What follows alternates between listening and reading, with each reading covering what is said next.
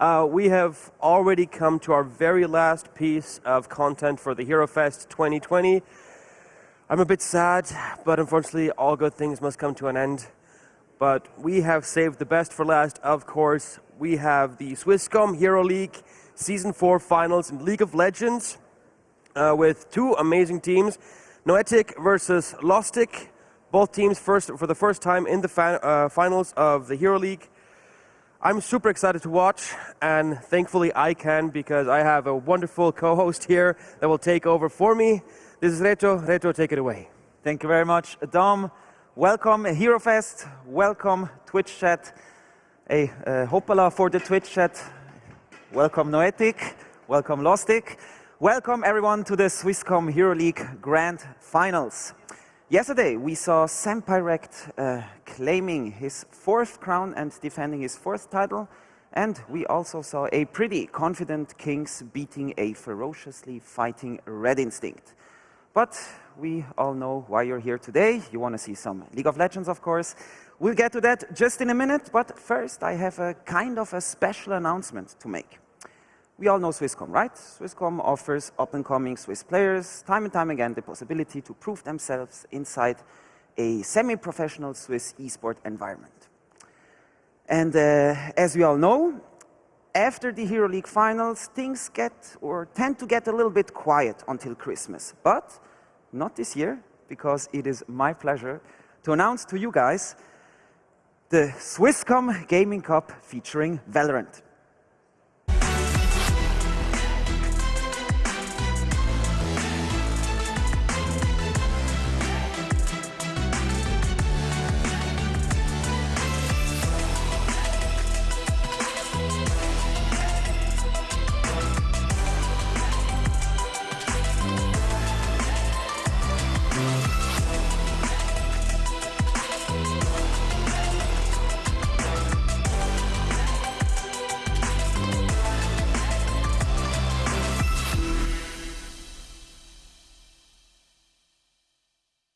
Your classical Valorant competition, because this time the whole thing starts as a 1v1 competition, and the 16 best players are going to advance to the next step of the tournament. And this is where things get interesting, because Swisscom will invite 4 well-known esport personalities, and they will then draft their Valorant team out of the 16 qualified Swiss players. So this means, if you're lucky, you get to play in a team with your favorite esport icon, which is pretty busted, I have to admit. But no more spoilers, you will find all the information you need on swisscom.ch/gaming. We'll head in a short break and be right back with League of Legends.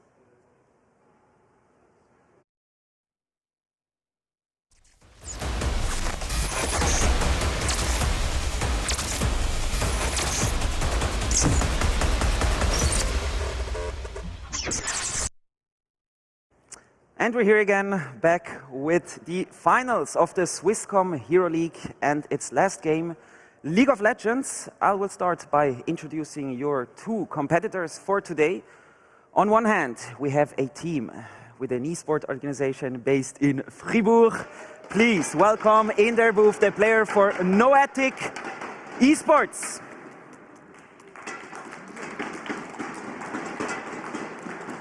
Welcome on stage, boys. And on the other side, we have the clear favorite of today.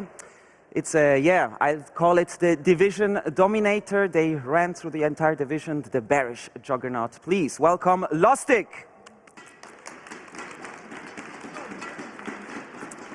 Come a little bit closer, perfect. I'm here joined with the two team captains. One side Noetic, one side Lostik. I'm gonna start with Noetic. Is this cool for you? Very nice. Is it okay in English? Do you want to do it in French? English perfect? English perfect. No problem. Perfect, no problem. Nice. Well, let's start with the first question. I think this is your first time with your team playing on a stage of this magnitude. Are you a little bit nervous? Yes, basically it's the first time we play, but I don't think we are nervous. We are experimented players, and I feel like they are confident. There is not a lot of people here, so it's not really disturbing, as you might know. And yeah, I think we will pull out great games. You're playing against a pretty strong team. Yes. Everyone I've talked to, they told me, yeah, they're rather the favorites. You're going to have to somehow, I don't know, set them up for something. How do you envisage facing such a team and beating such a team? It's pretty clear that they have awesome players. We know a lot of them. We played against them recently in the past years, so we basically know what their weaknesses are, and we know what to pick in order to pull a victory. Nice. So I'm confident in the fact we can win despite facing really great and really strong players. Nice. Any last words maybe for your opponent? Yes, good luck, Luna. I'm really happy to play against you, and yes, have fun. Nice. Thank you very much. And now to Lostik. I think the stage, the lights, the cameras, it's nothing new for you, right? No, I've been here last year. Sadly, I lost, but hope I take it home this time. Yeah, I think this year you're the clear-cut favorite. Is there, in your mind, any chance or any way you lose this final? Well, I think if someone disconnects, we might lose. Okay, yeah, true, that's true. Very nice, thank you very much. Any last words on your side from Noetic, maybe? Good luck in esports. Thank you very much. That's it with it. You can go back to your booth. Thank you very much, gentlemen. I let you guys enjoy the show and throw it over to our two casters for this Swisscom Hero League Grand Final in League of Legends. It is Rigoni and Chef. Thank you. Thank you very much, Reto, and welcome once again to the caster desk here, where once again, when it's League of Legends time, it's also time for this handsome man here next to me, the one and only Chef, with an S, a C, and an H, and all his 3 F. How are you doing? I'm doing great. I'm happy to cast this final. We have already heard some little banter. I mean, good luck in esports. Quite a hard statement from Luna there, but I think it's going to be a fun one today. Yeah, it will certainly be exciting. I mean, we've already thrown around and experienced quite some memes throughout the regular season. Of course, I think one sentence summed it up in one of the interviews perfectly well for the side of Lostik. We play serious until we know there's no way we can lose the game, and then we just have fun. And they did that for most of their games. Yeah, we have seen them have quite a lot of fun already in this season. And in the meantime, on the side of Noetic, I don't think too many people had them on their radar, especially as like one of the top teams. And as they've told us in the interviews, they like never scrimmed or practiced together. And but they also seem to really enjoy each other's company in the game. And yeah, I mean they've come up with some really great games. And at this point, I want to especially shout out Toby, the man in the top lane for Noetic, who's just had incredible performances. We've seen him 4 games on stream, and in all of them, he's been absolutely insane. Yeah, and as he told us in the interview after the semifinals, they also had quite a lot of fun themselves, and I love to see players having fun while performing on a high level. Absolutely. While talking about performance on a high level, of course, we're super glad that you guys on Twitch and, of course, here live at the HeroFest in Bern are joining us for this event. All in the meantime that Worlds is, of course, still running as Group D is closing out today. And we've had quite the upset, so to speak, today already. And maybe that also gives some wind to the underdog here, and they maybe realize, okay, I mean, if an NA team can beat, like, arguably the tournament favorite, maybe we can take down Lostik. Yeah, I mean, yeah, as you said, if FlyQuest can take down top esports, that sets the ground for many others, for many other upsets. Yeah, and it's of course also great that when we started with League here in the Swisscom Hero League Season 4, at the beginning, Worlds hadn't started yet, but then as time went on, of course, we had some more inspiration coming in. We saw especially like the Camille pick, for example, that has had such great popularity, and then in response to it, the Volibear coming out more and more and more. So overall, it's great to see this kind of meta develop over the course of Worlds, and I personally think going into knockout phases will be even more intense, and then see how these kind of experiences and tendencies translate to a game on even like a semi-professional stage that we have here, and where these players really draw in like which potential picks they could opt in for, and yeah, maybe look to upset some of our expectations here. I mean, we've seen, for example, Wunder playing an insane Silas in the top lane. Toby has done the same against back in quarterfinals against Sparks. And yeah, he's just been an insane player on these split pushers, on the Camille, on the Silas, which is, in my opinion, the key on how Noetic can at least take one game here, even or potentially even upset the whole thing here.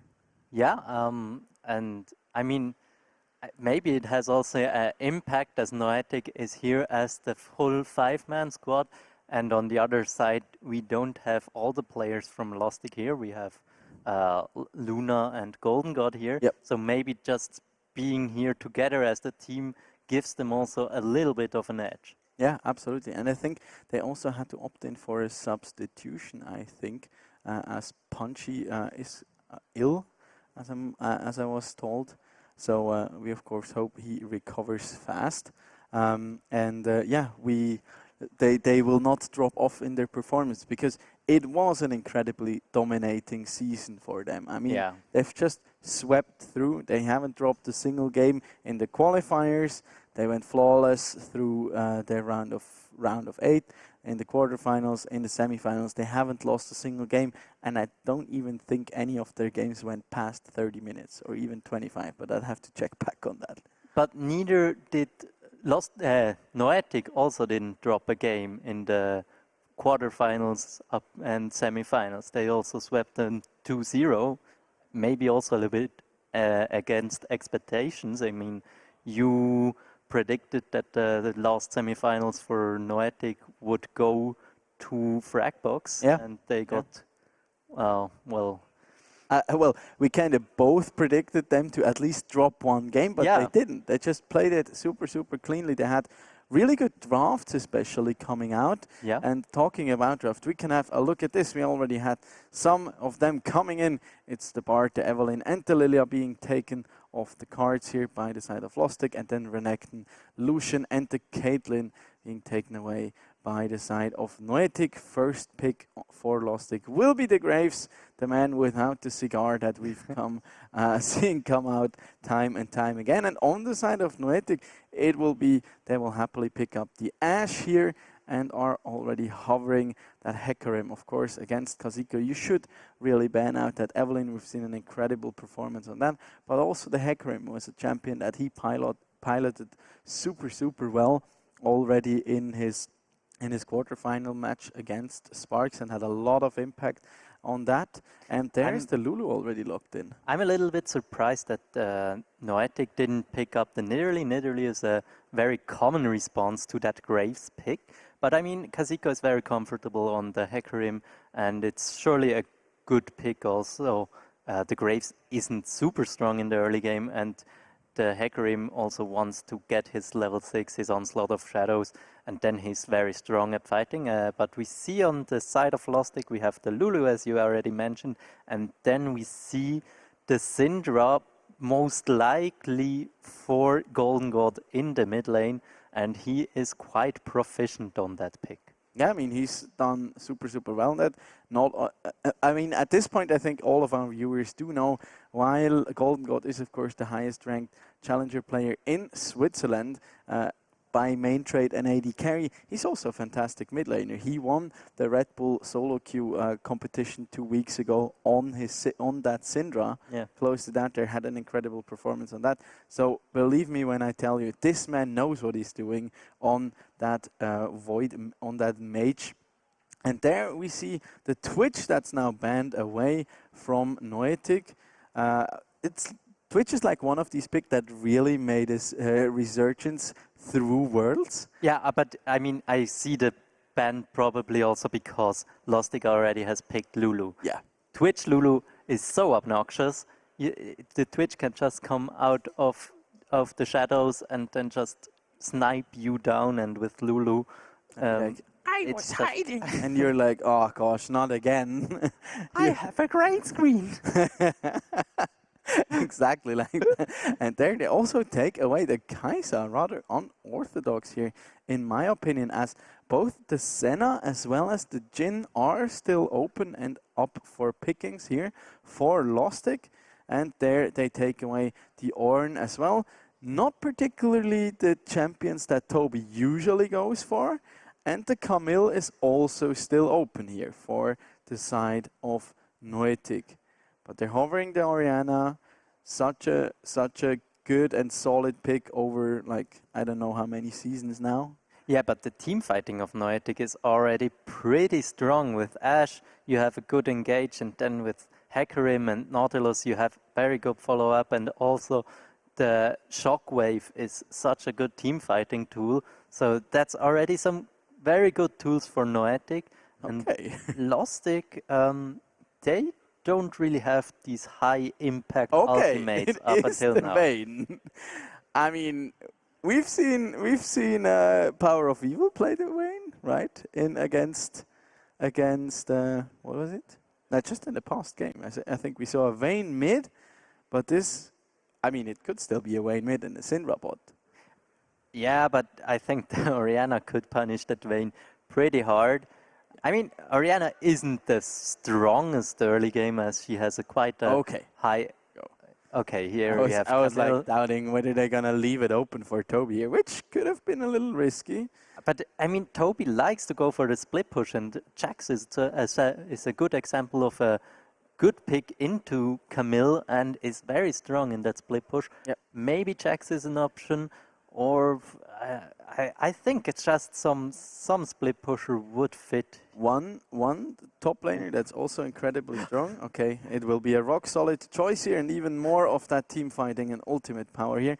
But usually a good choice against the Camille can also be the Irelia, actually, because she is able to out-sustain you. She can tank a lot of that damage with her W, and then with her passive fully procced, she also has additional damage in case Camille manages to proc her shield. Yeah. And then in overall, in like extended fights, she has a lot better sustain than the Camille, even if she opts for the Grasp of the Undying.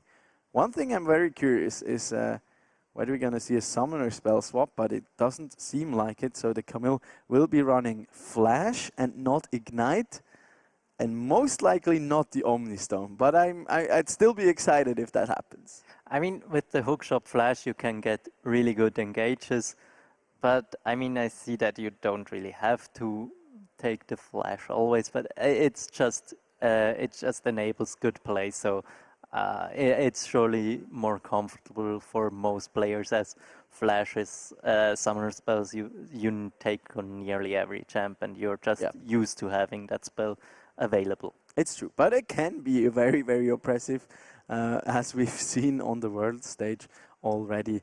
A Camille running an Ignite on top of it all, and that's just able to run you down essentially, and she's such a strong lane. I mean, already she's an incredible champion in and of itself that just scales so well. She provides that split push potential, has true damage in her kit, so like anything that's just tanky, it's basically a free farm lane for her.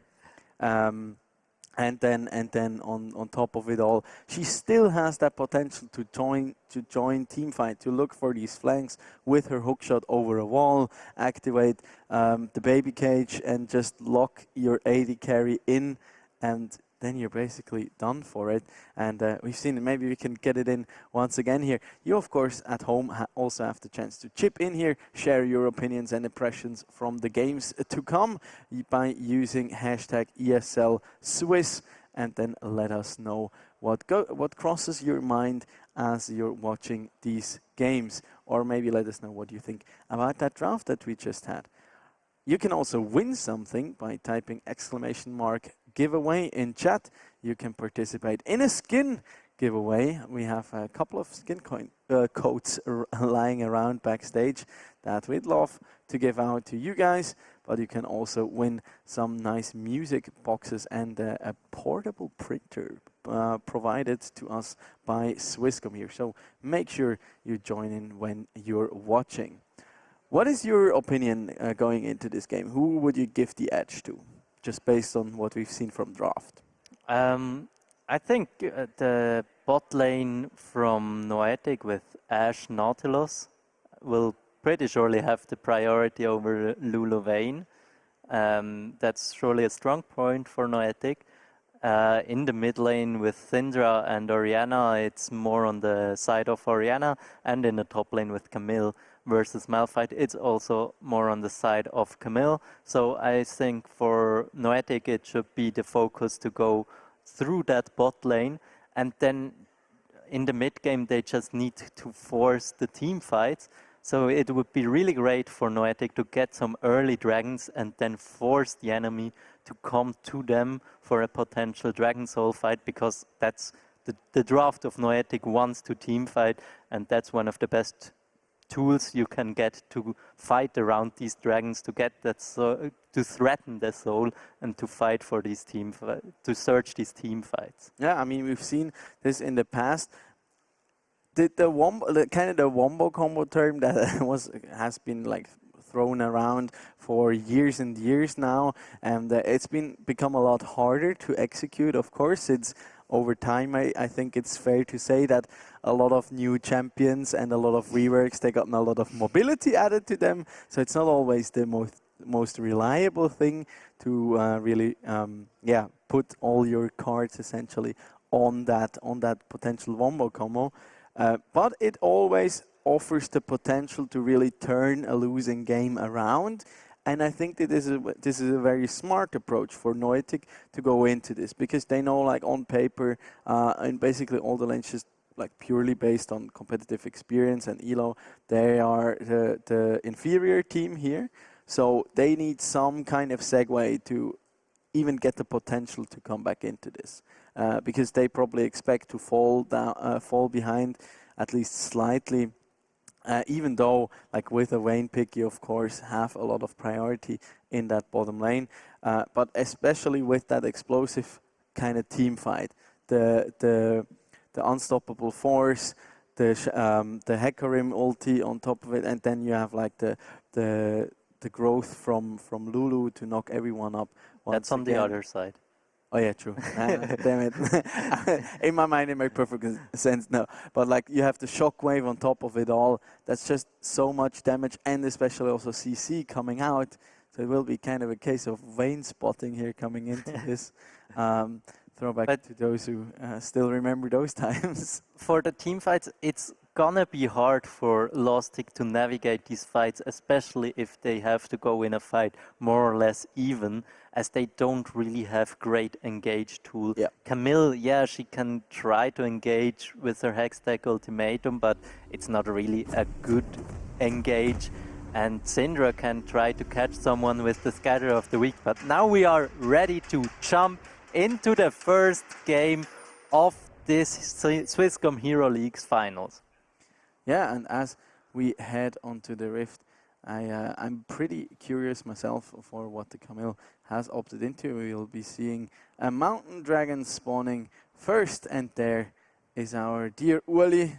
As we have a closer look at him, he's still guarding that river, tried and truly. As Toby, that was kind of rude.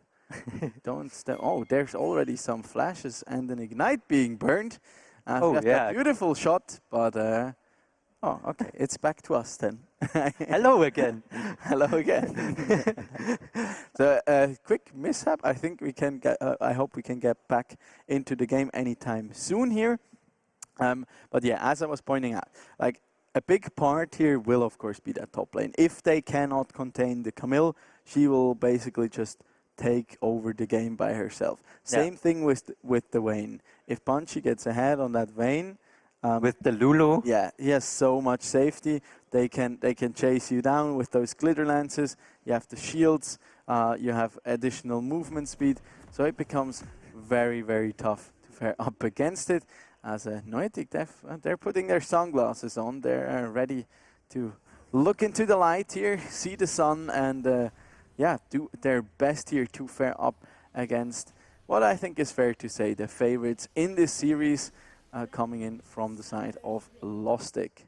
I'm really interested in the early game how Kazuko will manage to get around Hedon and not get outfarmed completely, but Hedon is face-checking into the jungle of Noetic and has to burn the flash quite early, but he gets the ward down, and yeah, I mean, losing the flash obviously isn't optimal, but it doesn't cost him too much. Yeah, it's still like on the jungler, but on the side of Noetic, they only burned that ignite, of course, so potential all-in will be a little hindered, but it's not the easiest thing against the Vayne Lulu combo, because the Lulu, especially in the early game, she has so much agency, and she can just keep on harassing that lane, and they will be relying a lot on Tito's volleys that are thrown out. Bit of poke coming out through that skill, but of course also his spacing will be very crucial in order to try and pressure out the Vayne and not allow Luna on that Lulu too much freedom. Yeah, Kazuko starts here at the Raptors. He knows that he is spotted there, so Lostik knows where he started. He now goes to clear that ward as he backed to get the red trinket, so he has already cleared out that ward, gets a little bit of experience, and the Graves is going for that full clear. We see here Ash and Nautilus, they surely have the push control and also the lane control for that early game, but that dredge line did only hit a minion. Yeah, we see already some quite intense trades here coming out in the mid lane here between Golden God and Eliogon. There's dredge line connecting. There's Ash going forward. Luna is dropping quite low, but he holds on to both summoners and he trades only some life back. He has 2 potions, so he will be able to heal fully up again. But that's already a good trade for Noetic, and that's also bot lane really needs to get something done in this lane, because if this Vayne can just scale up, it's not gonna be a fun time for Noetic. No, definitely not.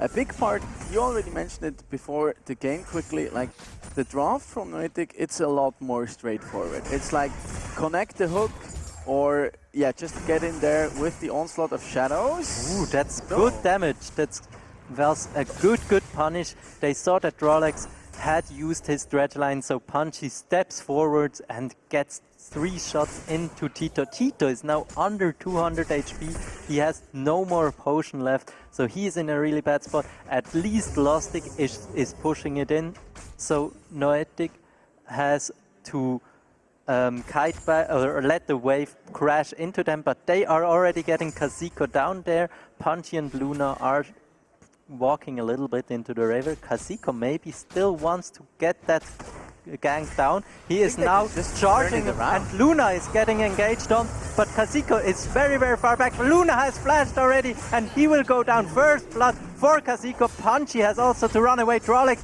drops very low and Kazuko 1v1s Punchy. He trades some HP back so that his bot lane has a better spot to push out this wave, and Punchy is really, he has quite a lot of balls to stay there and fight Kazuko while he has 2 members in his back.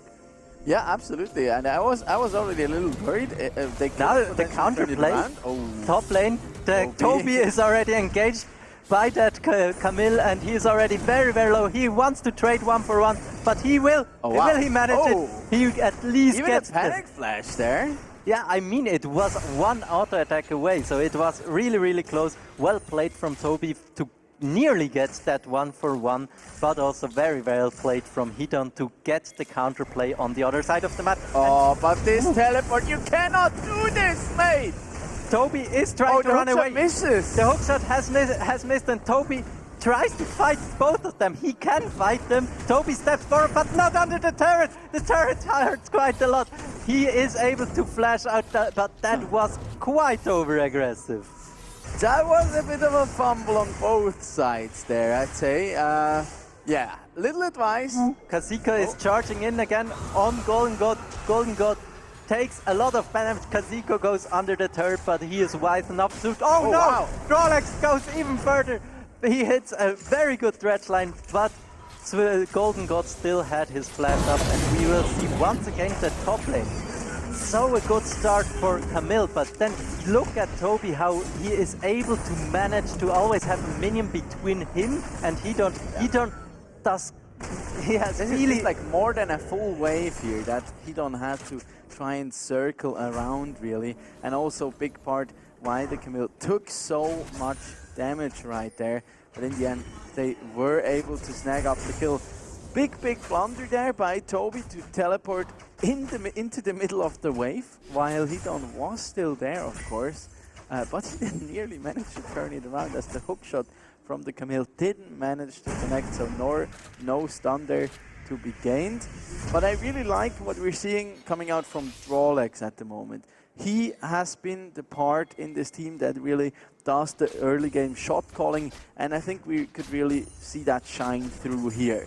There's a lot of agency. He gets an advantage early in his bottom lane, and then he tries and roams around, goes to the mid lane, helps out Elio Galdit, and also Kazuko, who at this point he's been mostly farming up and trading a lot of his own HP in order for to relieve some pressure from his lanes. He did that in the bottom lane when he continued to chase down Punchy. He did it in the mid lane, just there onto Golden God.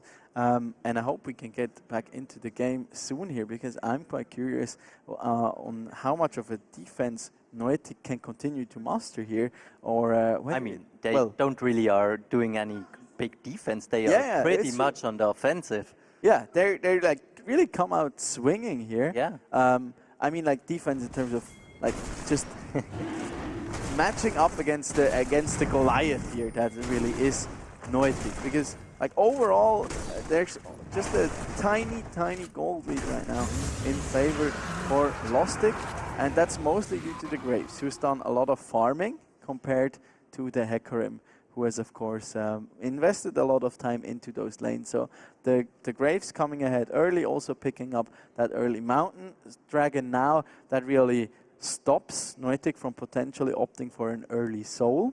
Yeah. And gives them just more time, because one thing we can take away looking at the champions we currently have in the game here is one, Hecarim. Hecarim is a great champion, don't get me wrong, he has a lot of potential, but I was like kind of said in the LEC was a little overrated, I think, because he's very reliant on that Trinity Force power spike, and it's an incredibly expensive item. 3,733 gold for a jungler. That's like 2 times your jungle item, nearly. And so it's very inefficient to really get there. Path isn't the most optimal one. You get some cooldown reduction along the way, but also like from the Phage passive, you don't get too much value out of with the Hecarim. Well, you get some bonus AD from the movement speed, but it's not the same really chase down potential as maybe some other champions. As there we have a replay of what happened while we had to leave the screen here.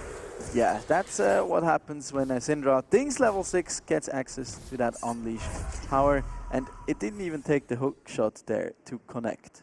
But it was a little bit greedy there. The Orianna still had flash up through that play, so if she would have flashed while the Hextech ultimatum is coming down, the Camille would have been dragged under that turret quite far away from that Syndra. Syndra had her flash on cooldown still, and maybe that Orianna would have even been able to take down the Camille with a good shockwave under the turret. Yeah, absolutely. I think we still have a pause by the looks. By looking over to the players. Okay, we're confirmed. We're in a pause. I was like, is the game still running? And of course, we don't want any one of you watching from home to miss any second of this game, of course. Because so far it's been like Noetic, they look strong. They definitely look strong. Exceed at least my expectations I had from them coming into them. That's really the Noetic I want to see. Yeah. They come out swinging. They're not disheartened by their opposition. They're really ready to take them on for a fight. And as you said, like earlier, make them work for it. Yeah. Yeah, and they are surely making them work for it. Noetic is more or less even still with Lostik while we are still in that pause. But it's Lostik wasn't able to get any big advantages up until now. I mean, they have a lot of scaling, so they don't really need to get these advantages with the Camille scaling very good, with the Graves, with the Vayne obviously also scaling very, very good. They have a lot of options, but I still struggle a little bit to see the concept of their team fighting. They don't really have that engage, as I have said already, so it's gonna be hard to navigate these fights. And with the Hecarim, with the Onslaught of Shadow and also the Unstoppable Force, Noetic can force a fight if they want to. Yeah. And I feel like it's still Noetic who can be very comfortable to get to the mid game, and in the mid game they will have a very, very strong composition. One thing is, I think the big factor, in my opinion, for the side of Lostik will be that Syndra, because that's like the other thing. Like for Hecarim, the point I wanted to make earlier to elaborate on that. It's like putting the Hecarim behind, take away his camps, really just delay his power spike, because if he gets the mid game and he hasn't gotten any early kills or so on, that Trinity Force power spike is so much smaller than if he gets ahead and like stomps through the entire game with like 3 or 4 early kills and a big farm lead, because he can clear fast, but he's very vulnerable. He kind of drops low. He doesn't have the best escape. He usually runs the ghost, so can't flash over wall. And if you have some hard CC and some priority in your lane, which the Camille exactly does, and so does the Syndra in the early game, you can really start to pressure him and put him behind. That's of course one of the big parts here, because then they kind of lack one form of engage. But then also you have the Syndra. If you're just able to drop a lot of balls on the ground and then use your unleash power, and in combination with your your Scatter the Weak, you can really look for those 2 or even 3-man stuns, and those are the big openings that Lostik will get here. The other possibility they of course have is to counter engage, to like really use the Wild Growth from coming out from the Lulu, tumble backwards with the Vayne, also disengage with the Scatter the Weak, and plus also Graves, who can just quick draw backwards, throw at his end of the line, plus his collateral damage.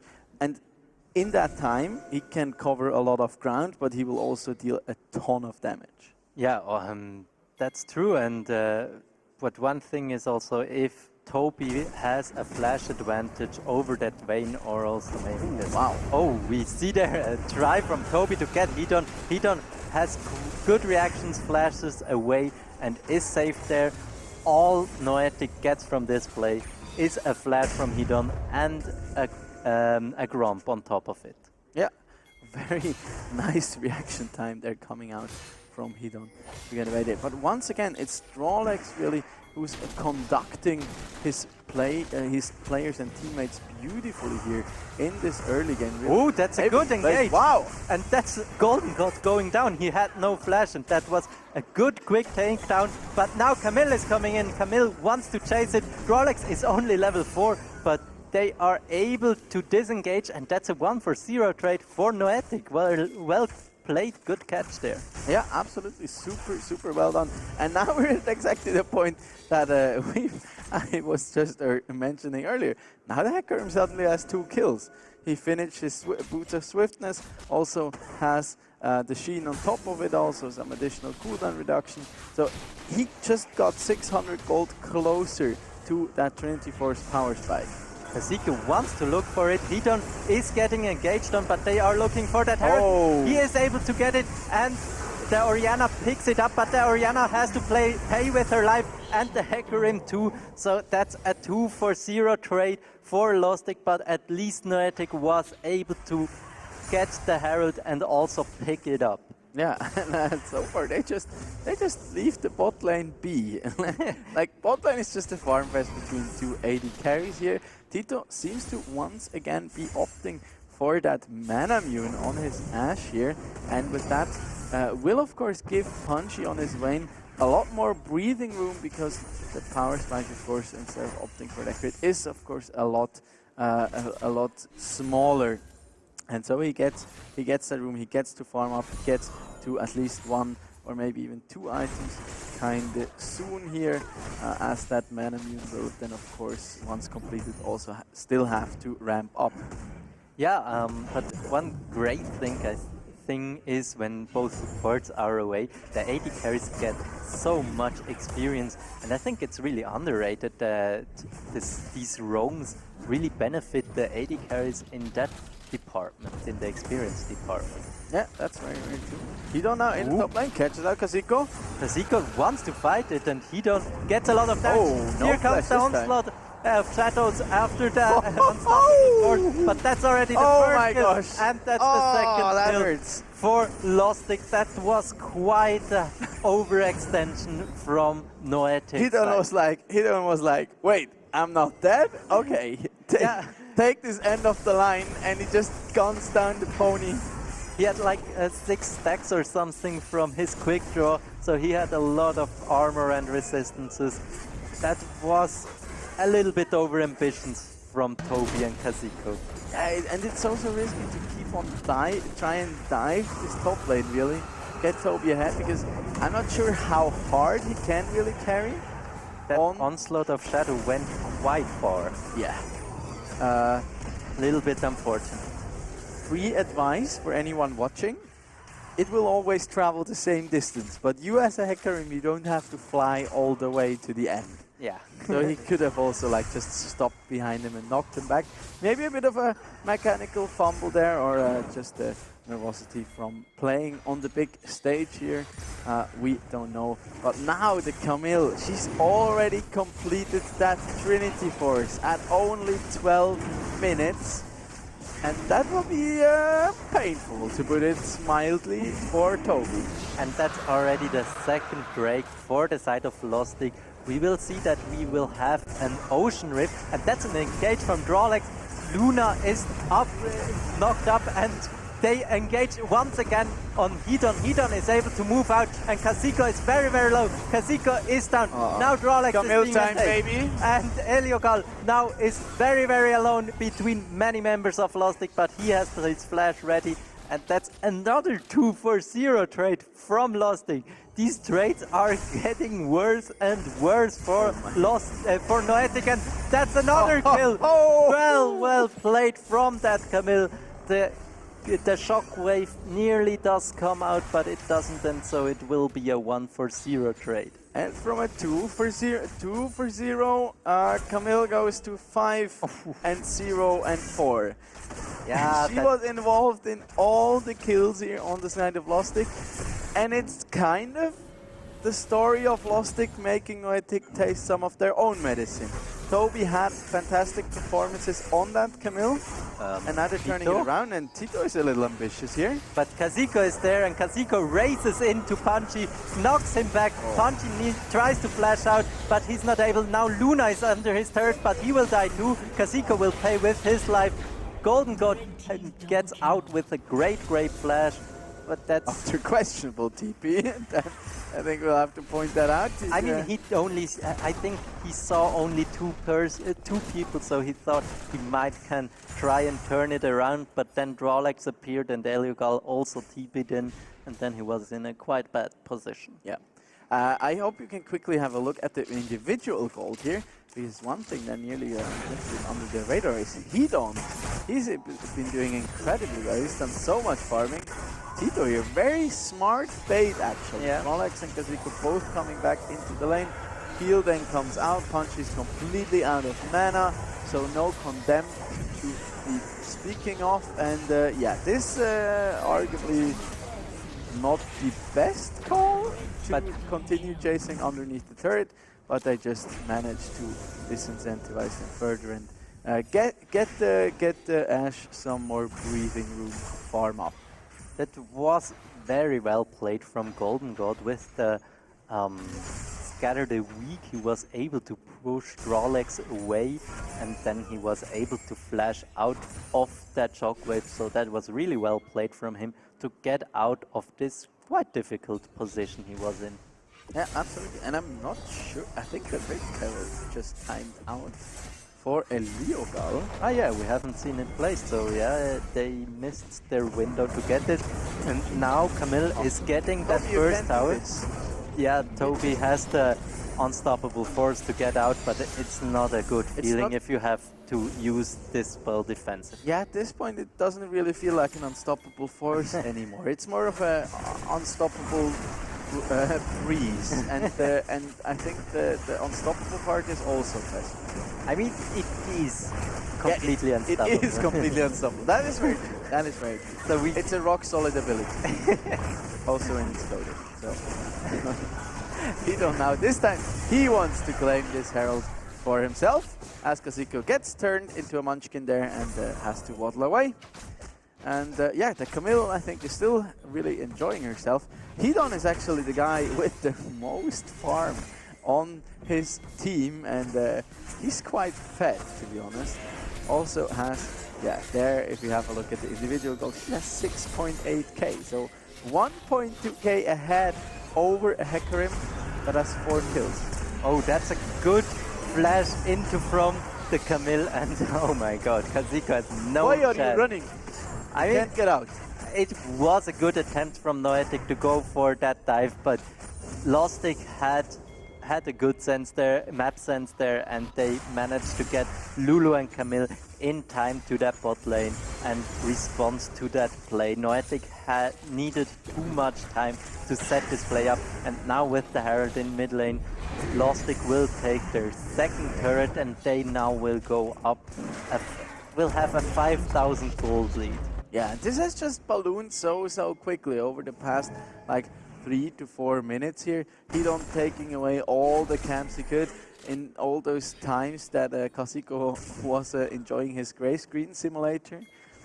Just invading him, continuously taking away all these resources. Of course, the Camille also being incredibly fat, and Toby can't really do much against her anymore. And there she just jumps over the wall and comes out for a bit. Yeah, and you see Toby has less and less chance in that matchup. Because Look the at precision the protocol. yeah, the true damage is quite hard, but Oh, that's wow. a good unstoppable force. And Camille is now in a very bad spot. She has no flash, and she will go down. That's a big shutdown for Eliogal. But That's on a the monster other curse side, if I've ever seen one. yeah, but on the other side, Lostik will pick up their first Ocean Dragon, and that's Soul Point for Lostik. Yeah, Soul Point at 23 minutes here for the side of Lostik, and that will make it all the more difficult here for Noetic to take them down as they're working away at that bot side here. One tower, yeah, good precision protocol there, but then A kind of little bit greedy. the Lee Sin moment there coming in. That was a good unstoppable force to... He knew where that Camille will go, and that was a good response. And yeah, Camille without hookshot has nowhere to go there. Yeah, and Eliogal tips the hat, says thank you very much, I'll gladly pick up that shutdown gold. In the meantime, Gold God in the mid lane is doing pretty solidly on that Syndra actually. Not like any flashy plays, he managed to stymie that engage in the bottom lane, had to invest his flash there, but overall he's been doing great in terms of farming. He also has a bit of an experience advantage over his opponent. Was level 12, while Eliogal was still on level 11, and he's actually opted for the frozen hose here, so no additional burst coming out from the Ludens will hinder his wave clear just a little bit, but will of course provide his team with some much needed utility. And this is exactly the thing, like they lack engage, so I love the adaptation here coming out from Golden God. Opted for the Hextech GLP, so you can slow them down and land those stuns more reliably. Ooh, but now we see another engage from Noetic in that bot lane. The Hextech ultimatum comes out, and that was very well played. He tricked Kazuko, he tried to knock that Camille back, but instead he gave her a way out. Very well played from Encold Hawker, and that was really good. And Lostik is just punishing on the other side of the map. They are taking 2 tier 2 towers while they only lose one outer turret in the bot lane. Yeah, I mean, they invested so much there. Sorry for the really mean laugh. I kind of feel bad for that one. I mean, Noetic, they invested 3 ultimates. They invested Nautilus Flash, and as a compensation, they at least got an outer turret. But like the Camille, I think she barely lost 100 HP, and here we can have a look at it again. Yeah, this was like, Yeah. they just threw out all their CC at once. And Yeah. it's like bit of a communication failure there, maybe, because yes, she can block that CC with her Hextech ultimatum, but if you just like time it and force it out on one of those abilities and not throw everything out at the same time, you have a lot better chance to take her down. Yeah, but now as we are heading in the mid game, as most players have at least one item completed, we see that Lostik has managed to get a big advantage. They are still at a 5k lead, and now we are... Hidon's catching up in gold. He's just farming. Yeah, Hidon has a lot of gold, he's super strong, and the next Ocean Dragon will spawn in less than 2 minutes, and that's Soul Point. Noetic will have to fight it, but I'm not sure if they really can. And I'm not 100% sure if they really should at this point, because the power spike here that will be coming out for the side of Lostik, if they can get in another buy, and they are just incredibly strong. Their only glimmer of hope here is that Punchy still has not completed his Ginsu's Rage Blade. He could go back and probably pick that up, but that would of course delay him with coming back to that dragon. But if you look at the Camille, she has both the Ravenous Hydra as well as the Trinity Force. We have the Graves, who comfortably sits on 2 items plus some components and a stopwatch, and then Golden God, who's just picked up a Banshee Swell that will provide him with so much more safety, especially against this engage heavy comp here coming out from the side of Noetic. Drolex was nearly found there by Golden God. Drolex is in a good position, but if he gets found there, he's gonna die very fast. But he's chilling there. It's a good idea. Maybe he can get onto Luna or maybe Punchy or somebody. But if he gets found out here, it's gonna be quite hard. Oh. They are trying to engage it, and Hidon is dropping quite low. That was a good try from Noetic, and he dropped so low that they maybe can contest the dragon. Lostik will give up the dragon, but they will get an inhib turret for it. Toby is going onto Golden God. Golden God flashes into that wall, and he will pay with his life. But that's still an inhibitor for Lostik. And this Camille is pushing even into the mid lane. That's a second inhib turret.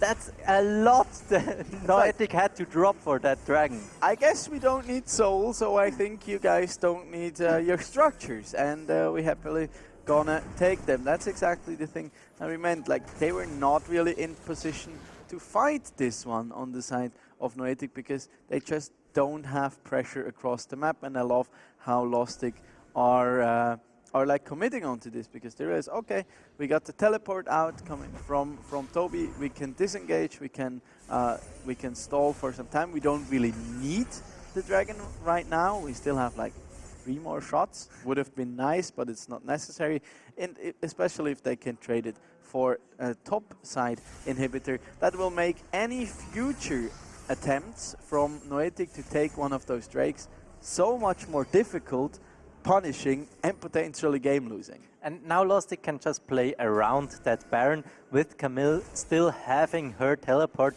She can split push, and nobody will be able to match that Camille. And Lostik, I don't really know what Noetic should do. perfect cleanse. It wasn't even necessary. Didn't He know started Cat is in the styling on them with Well, that. are you sure? I mean, there's an Oriana nearby, so... Yeah, but she was still quite far away. He could have taken like half a second or something, but He just wants to show off his cleanse skills, you know. I mean, it is nice to see it, and it can be very important in some Sometimes you need to situations. flex on those nerds, you know. Just can't help it. I can relate. Look at Hedon, man. He's super like tanky. also that before. Like he's level 14, Kazuko's level 12, okay? He's 2 levels ahead. And Kazuko, he's not like out of the game or anything. He hasn't been punished. He's been like doing great. Look at that, they can take Bern. The Ash is in the base, clearing the minions, and Hedon just goes over the wall to just... Just throws out his collateral damage somewhere into the woods. But Kazuko still wants to go for that. Still, they need to get vision.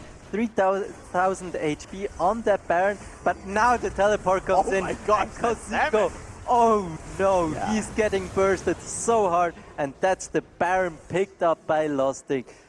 Yeah, it's gonna be hard. Who would have thought? Horses are, you know, they're wild creatures. They need their freedom. If you lock them into a Hextech ultimatum, they're just sad, and they die. They cannot. Oh, we have a great engage there. Unstoppable force, followed by the shockwave, but now the Camille is coming in. Camille gets a kill. Tito on the side tries to get out some damage, but now he has to face too many people. He has some great side steps. Very well played from Tito, but Eliogal gets chased by Camille. Tito is able to back away alive, and Kazuko gets in there to help his Oriana kill that Camille. It was a quite good trade. That was 2 kills traded for 3 on the side of Noetic, but still that's the second inhibitor going down. I mean, let's be honest. The Camille didn't need to die there. This is like it's a low risk play, but it's also a very low reward play. I mean, it was high risk because he died. Yeah, but it's like low risk because it won't lose the game. But it was a good engage here. Punchy gets blown up immediately. He wasn't part of that fight at all. And Drolex goes very far forward there. And look at Tito. Tito gets Hedon there and then sidesteps so much from Golden God there. Camille is chasing super far. Why are there. you running? The hook shot misses and then the slow once more and under that third. I mean, she isn't super tanky. She just deals a ton of damage. That is true. That is true. Well, that changed a little bit now, as there's Death Dance in her inventory now, and that will make it quite a bit harder to take her down, as the first Mechais are not coming in on the side of Lostik. This is also, by the way, the play that I really loved coming out from Hedon. He was just, every time they see Noetic make a move on the map, we still have time. He's a tanky boy. Until he dies. That's a good arrow connect. Oh, not connecting. Oh my god. Camille is just styling. Okay. Holy moly. Okay. He held on that just Hextech ultimatum for so long, and he uses it at the perfect moment. He will now push into that top lane inhibitor once more. Like literally. Yeah, it was really great, but now Lostik is in the position to take their Ocean Soul, and now it's gonna be even harder. If you can't one-shot somebody on Lostik's side, they will regenerate all that HP back. Yeah, guess what? If you invest 3 people and an Enchanted Crystal Arrow trying to but that's eliminate the Camille. The depth charge and follow-up CC now comes. Oh my god, she takes no damage. Can he heal it up? He tries to kite a little bit. Kazuko takes half life. What is that damage, man? I think this Camille can even win this. Balance champion, by the way. Kazuko goes down and Camille. Tactical sweep. No. The Malphite has no chance to win this. Let him dance. Let him dance. And in the meantime, Lostik goes for the finish here. Camille was styling in the last minutes of this game, and Lostik, they want to get some farm, they want to increase their stats a little bit, but that will be the first game for Lostik. Oh, yeah. he finished the game with a mid-ice on the Camille though. I admire it. I mean, he got stacks at the end. Yeah, he got I think he bought it afterwards though. Oh, Yeah. yeah. He was like, that's okay, not so cool. he got stonks, but he ain't got no stacks. Oh my gosh, yeah. Camille is a champion in League of Legends, ladies and gentlemen, and yeah, I don't, it's like, yeah, Camille getting fed in the early mid game. it's not fun. It's Stonks. yeah, stonks, some real stonks. Yeah, but I think concluding from this game, Noetic, they have really good attempts. I gotta say, like they really tried, especially Rolex in the early game. He was making plays all around the map. Both of the teams kind of fumbling a bit on the mechanical side. There were some pretty crucial mistakes there. I mean, Camille missing the hook shot on a slowed target that had no flash remaining. The TP into the middle of the lane essentially. Yeah, but I feel Lostik made some mistakes when they tried to respond at some things, and that's really hard to calculate everything in these moments. But I felt like Noetic really tried to force some things, and it was a good idea and a good attempt, but they often misplayed their catch attempts, and then they got nothing out of their attempt and lost many things on the other side of the map. I partly agree with you there. I kind of think they had a good plans to like take down especially individual players, and it worked out a lot of times, especially in that early game. Yeah. But then it seemed like while they were doing that, they forgot that there are still 3 more players on the enemy team, and there's still a full map that has to be controlled. And especially he did such a great job of just punishing that Hecarim for it. I was like, okay, Hecarim is spot again, he dives the turret again and he dies. Guess what? I'm gonna take 2, 3, 4 of his jungle camps away, and I'm gonna be a happy camper.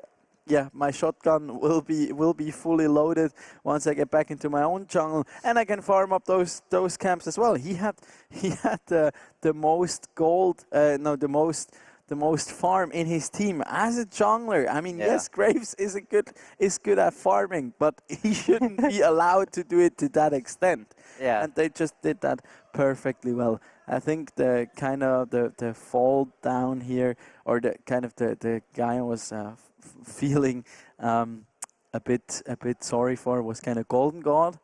He did his best to like just play defense essentially for his team, but he didn't even get the chance to really influence the plays much. Yeah. I felt, because he never got the proper times. He wasn't like they didn't play around him much, so he didn't get like ahead.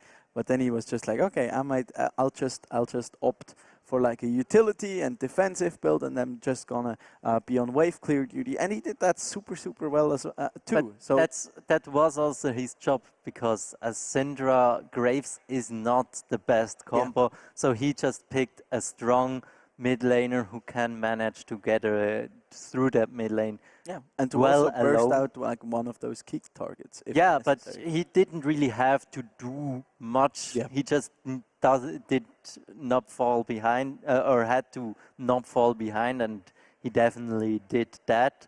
And then Graves and Camille, we saw it, how they just styled on them. Yeah, and also like the early dragon controlled on their side, because they got a lot of attention in the bottom lane.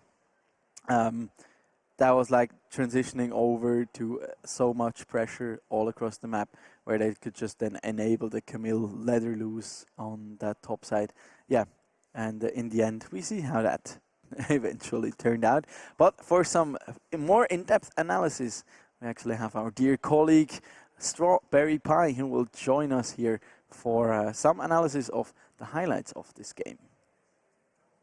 Hello everyone, I'm Strawberry Pie, and I'm so pleased to be part of this. What a game we had right now. There are a lot of things I wish to talk with you guys about. And there are a lot of highlights we're going to rewatch and try to look into the depths of what just happens. First of all, talking about the draft. I mean, you clearly saw and you underlined it, that Noetic was really about to like just decoy and go in and smash at least 1 or 2 people in team fights, they would provoke. But it didn't really happen, did it? It did happen in one fight. We saw the unstoppable force and then the shockwave hitting onto Punchy, and that was a really great attempt. I think it was one of the best fights Noetic had, but it happened one time, and that was really what was probably a big point, that they weren't able to execute on their composition more often. Yeah, I think Lostik clearly saw what was the point there, and not only did they really play around, I mean, they just considered it and they did not try to play 5v5s. And why would they? Because they know what the potential is here. So what they actually did, and that's one of the first highlights. I mean, look at the amount of crowd control. Gadziko waiting for the flash of Looney, which was kind of cross time, but it worked. I mean, that's what you really were seeking to. And there we have something a little bit different. Vision and teleport did the work here, as Eliogal could not defeat that because he didn't see it coming. He had no time to react, and of course Summoner was still available, but did not help him. And look here, I mean, look, they just don't have. It's not this one. It's in the next fights where we see they try to force these fights and just crowd control, but they're lacking damage. Here again, good vision from Noetic allows them to see that Swisscom is alone, but then they have used all their resources and they still come back. I mean, they managed to take the Herald, which is a very good objective, but now top lane is a little slow to react. I mean, Cold is going to be here faster, and Toby is just too late to do anything in here. So it's not going to be paying out. At this point, you're worried when you see the Camille picking up those kills in these scrappy kind of skirmishes. Now that's a very interesting fight. I mean, that's the manifestation of the plan. Like, okay, we're going to crowd control you, and you just won't be able to do anything about it. But it's just not enough damage output, and you can clearly see it here. And that's where the thing started to go badly, in my opinion, because they were like, okay, we're gonna go in, we're gonna engage, but man, we just lack damage. And now that you give 2 more kills and then another objective here, Firedrake, which is making it even worse, well, we're gonna give them even more damage. So your crowd control is not going to be enough. I mean, look at this Hidden. He's tanking forever. They just don't get him down. Yeah. And then they also get double buffs onto the Camille, plus another double kill. And at this point, he was just giga-fed. Oh no, he even gets the third one.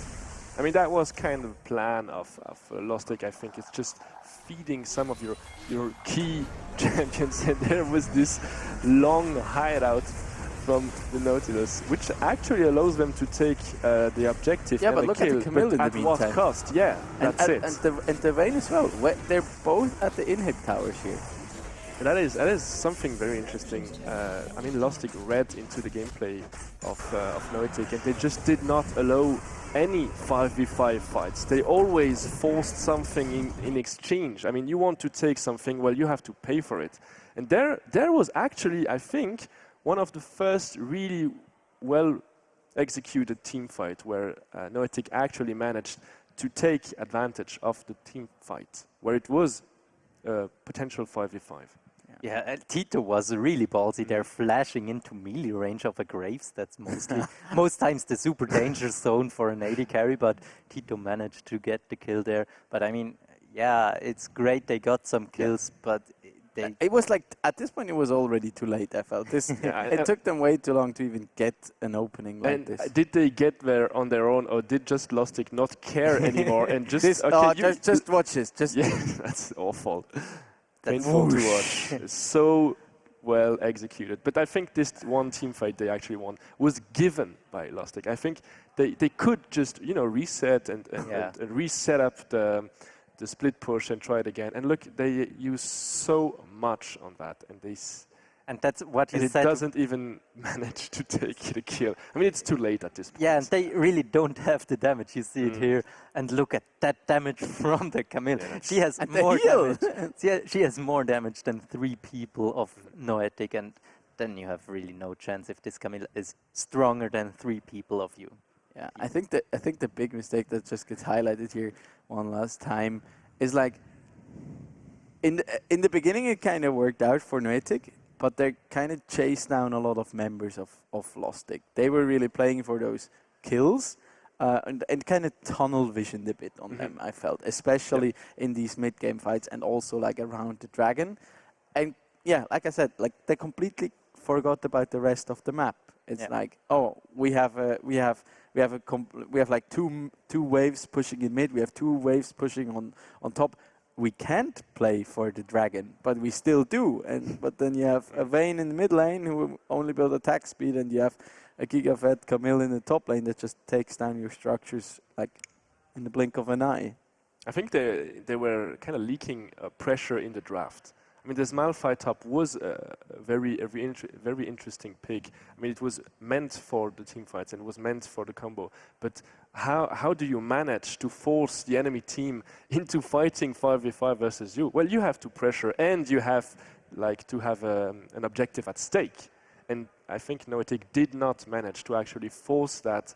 That intention of Lostik to just, okay, we have to go all 5 there because otherwise we lose so much, and they could not manage to make this happen.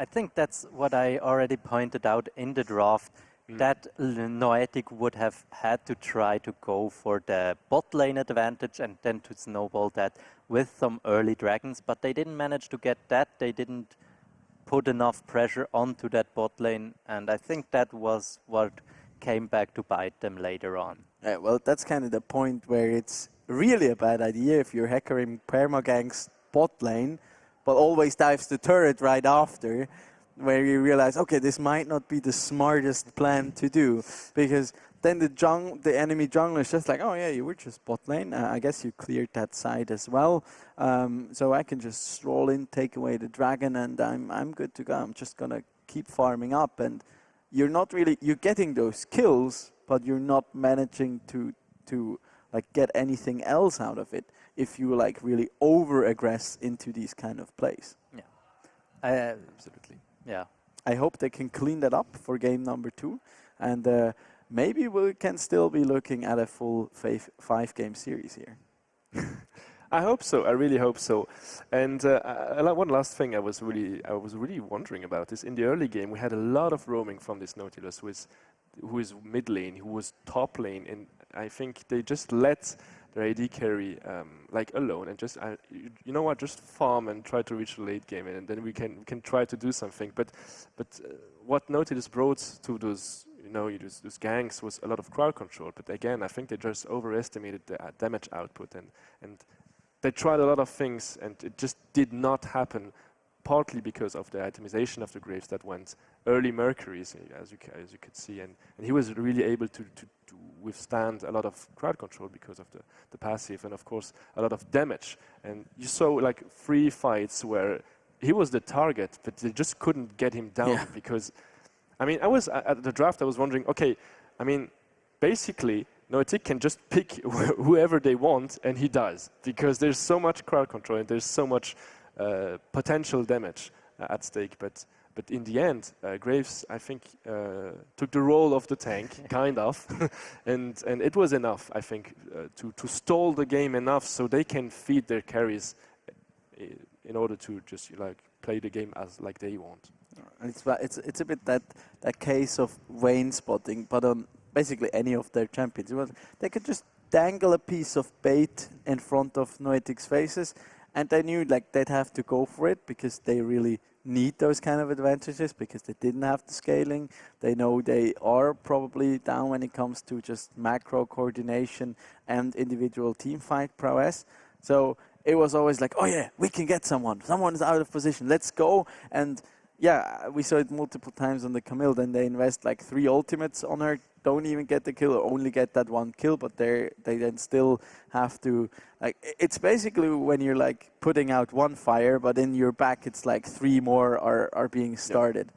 And Lostik just did a super great job of not giving them like an inch. They didn't let them breathe properly. They had to give up some kills because with that kind of comp, that will just happen because they can throw so much CC at you. So at one point you will die, but they made them suffer for those investments. And I really hope in game number 2, when they draft like this, they can also put those scaling late game factors like the Vayne especially behind a bit more. So she cannot really impact the flow of the game too much. Well, we will see that. But first, let's take a short break of a few minutes and see you right after that.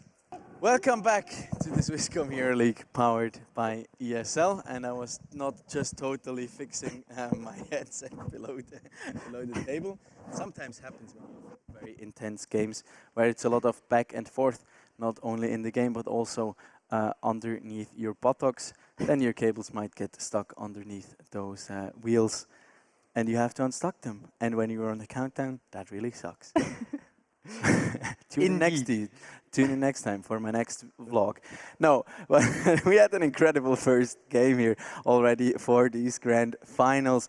Noetic, they really showed up big time. They kind of had a plan going into this. It was like, okay, pick someone out and make sure they die. And Lostik was like, yeah, okay, sure, we're just gonna scale. We're gonna play the map instead of like trying to face you in a team fight scenario. And in the end, they just managed to succeed with kind of the more experience, better macro play, and better objective control on top of it. Yeah, I think Noetic had a decent early game. They had somewhat of a plan in the early game, but then in the mid game they got just really out-rotated. They get out-camilled. Not only. they overforced on one side and always got punished on the other side. And that was really well played from Lostik to just accept potentially losing something on one side of the map and taking stuff on like 2 sides of the map for it. So that was good reaction from Lostik. And I hope that Noetic can match that rotation advantage Lostik showed us in the first game a little bit better in the second game. I think especially that part is such a hard thing to do because it comes so much down to like wave management, to like timings, experience, like just to know when's the point at which I'm strong and I have like I can carve myself this time window to really go and impact other lanes and try and help them out. And that's just not something that you can just like, get in on a very basic basis. That's really the things you have to train for, where communication and coordination is so crucial to a team's success. And then also, if you are playing on the ladder or in the ranked games on a higher level regularly, you have a better macro you see in each game. Yeah. Or most times there are also Fiesta games in Challenger. But you are more used to have these good rotations and see them more often. And that helps you to then adapt these things also in the team play. Also, if this team isn't really the most experienced team together, at least in this composition. Yep, that is very true. And we're heading into pick and bans here for game number 2. And I'm quite curious whether we're gonna see a repeat of game number 1 here, or a continuation of Lostik's dominance, or whether Noetic will be able to tie it up here and make this a full-on series, as there is the Renekton that comes out as a first ban, followed by the Bard on the side of Lostik. Not too big of a surprise, especially on that Bard. There's also the Lucian being taken away, even though they are on blue side this time and could potentially first pick it here. I mean, Golden God, do you really want him to have even the potential to pick up the Lucian? I mean, if Noetic just first pick it, it's basically like a ban. Yeah, but they probably don't want to first pick it if they ban it. Fair point. And there is the Evelyn also taken away once again. Kazuko, who is known to be a very good Evelyn player, and they pay that respect to him. So no big changes so far when it comes to the bans, but there is the first difference now. The Graves that is taken away. They don't want Hidon, or what seemed like a very, very comfortable pick for him. Yeah, with his quick draw, he was able to get so many resistances and armor and was able to tank through so many fights. So they want him maybe to be on something a little bit, let's say, more catchable of a pick. Yeah, and also like just him speed running the PvE experience here. There's the Oriana that is now also taken away. I want to make sure there's not too much. There's a little less control coming out from that mid lane. They opt for the first pick, Camille, here for Toby, who's been doing fantastic things on that champion. Will we see a Volibear as an answer? Yeah, or potentially even the Jax. Or, yeah, the Jax is also very, very strong, and we saw that Cold was able to perform quite well as a split pusher, and the Jax is also a very, very good split pusher. Yeah, plus he's like one of that kind, he just... If he managed to pick up speed, he'll just not stop. Do you remember the last time they picked Elise? Yeah, I tried to forget, and I think so did... who's the SK? Oh, they are going for the same comp. Lostik will play through the bot lane if they pick that Kalista, but they are... Well, it was Kalista Thresh, so it could still be... Oh, they are going for... Ashe is not super dominant like Kalista, but she is still very dominant in the bot lane, and it's still very possible that they are focusing bot lane a bit here. Maybe they want to make us remember, like... Yeah, the players aren't laughing too much. Maybe they aren't teasing us, but I really got excited already a little bit. Bit mean by them. But the Senna now comes out here for Noetic, also one of the AD carries that has gained a lot of popularity. She's received a kind of a small nerf in the last patch, but she's still very, very strong, especially if she manages to get to like a significant amount of souls. Usually like 60 souls is like the big turning point where you really have gain a lot of range and a lot of crit damage.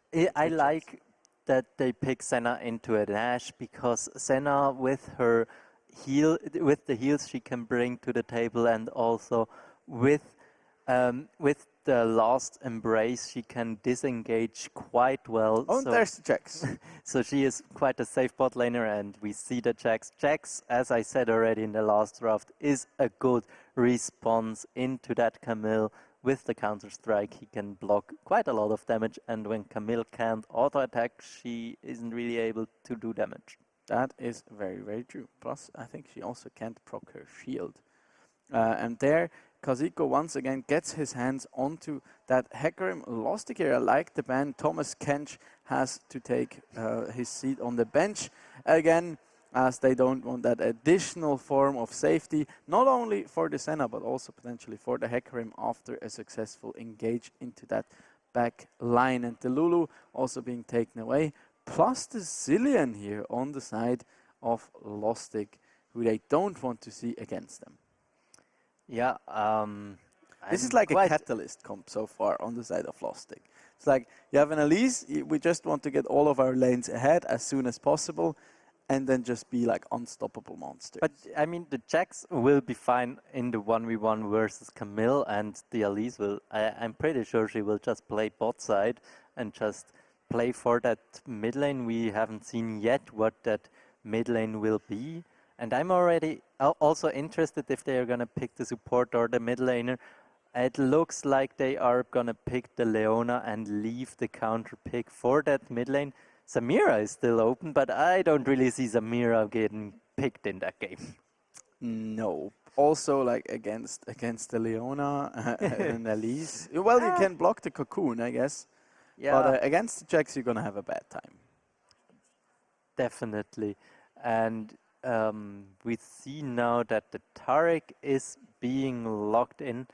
I mean, the Cosmic Radiance has good potential, but I often feel like it's a super hard ability to use good in a team fight, as it has still quite a long time until it gives that invulnerability. And if you can't force the engage, it's very hard. But with that Hecarim and the Camille, you can force engages. And the Echo there as well. So they have a lot of backline access here. That's a quick lock-in there on that Tristana, which I'm pretty sure will go to the mid lane. Yeah, Elise will definitely play for mid lane and the bot lane, mostly for the mid lane, I think. Like the only struggle that Lostik kind of has here is that they're really lacking magic damage. Yeah, you have the Elise with magic damage. You have the Jax with quite a good mix of damage, and the Leona also provides quite a lot of magic damage with her passive. But it's not the same amount as if you had something like the Syndra, or Noriana or whatnot, or I don't know, a Silas. But who's gonna build many resistances? Exactly. Now, you stole my pivot there, because that's like, but on the side of Noetic, you don't have a tank. Yeah, well, I mean, you have Taric, but Taric is about gems, not about armor. Gems. And maybe the gems are able to turn this around, but I'm not very decided. I feel like honestly, I don't like the Senna Taric combo. That's like you don't even want to get into that range. You just limit the dazzle. I think they are just trying to pick a lane that's super safe, and the Taric is just matching up so good with the Hecarim. Rikuto is sad. Yeah. Sorry, Rikuto. The Bard is a great champion. It's always fun to see a Bard, but we will not see it here in the second game. Nobody will ever let Rolex play Bard. Like, let's be honest. Maybe if they get to the third game, they can go ask Lostik very, very nicely if they let it open. Yeah, well, maybe. But I doubt it. Yeah, like they're still about winning. Like Lostik, they like to have fun, but as they stated themselves, once they've basically won the game. It's still and those Magi's, they came in pretty late last game. Yeah, I felt like the last game for quite some longer time was still risky somewhat for Lostik, as the team comp we saw last game was so good for team fights that you always had pressure, and we see that players are already loading into the game. We are now also ready to jump into that second game between Lostik and Noetic. Yeah, and let's see if Hidon can follow up this incredible Graves performance here with some aggressive and good early game plays here on this Elise. Here's our friend Willy once again. Can we have like an applause here for Willy, or making some noise here in live at the Hero? No, Willy doesn't get any love. Aww. Yeah. Willy's sad. Willy's sad, and I'm sad. Hello, darkness, my old friend. But I feel like Lostik in this game really want to snowball that mid lane and bot lane. And I mean, with Elise, Ashe, Leona, you have such a good catch potential. If you have a little bit of an advantage, if you get one finger, you can take the whole arm, and that's gonna be pretty surely the plan for Lostik. On the other side, Noetic, they really need to scale with that Senna. She wants to scale. The Camille also would like to scale, but I mean, versus Jax, it's not really also not really the best option. And yeah, I see that Noetic maybe wants to go again for the team fights with the Hecarim and the Taric combo, and also the Echo is really strong in these team fights, but I feel like it's gonna be very, very hard, even harder than in the first game for Noetic. I mean, it will be really hard for the Echo even to get farm here, especially once Goldberg has picked up some levels, so Tito already going super low. Yeah, and that Ashe is super strong in that early game, and Tito is going down. Oh no, he cleanses the Ignite. Very well played, but I mean, that's already 3 summoners down. That's not how you want to use your cleanse, ideally. But he, of course, saves himself from dying on level 1 right there, but big advantage, of course, already with that for the side of Lostik, as they only burn their Ignite, and on the side of Noetic, we already have 3 summoners that have been blown in that bottom lane. And that's what I mean, like the synergy between the Taric and the Senna, it's not really there. Because Taric right there, he was just standing there and be like, no, please hit me, I'm the tank, you're not allowed to touch the AD carry. But Taric is also not really a good champion on level 1. It's maybe just not the right idea to fight an Ashe Leona on level 1 as Taric Senna. Things you can do, but you probably shouldn't. As already, the Jax here has built himself quite a big wave here in the top lane. Can get a free recall, and yeah, here still is. I feel like that dive is a little bit over-aggressive, but they are going for it. Luna is tanking up and he gets out. Hidon now has the aggression and he can repel out of it. And I was mistaken. It was a very, very good level 3 gank from Hidon. They're just gonna go for it again, I think. They have no repel yet. Punchy is taking the aggro. Punchy can't really come back. Luna is going down, but that's still a 1-for-1. That's a good teleport. And that's a that's a solo kill in the mid lane. A dive with level 4 and Golden God gets out of there. And Eliogal teleported on his minion. Yeah, it happens to the best. We have seen it in Worlds It's already. I don't know, is it this stage? I think it's cursed. Because last week Django did it and now it's Eliogal doing it.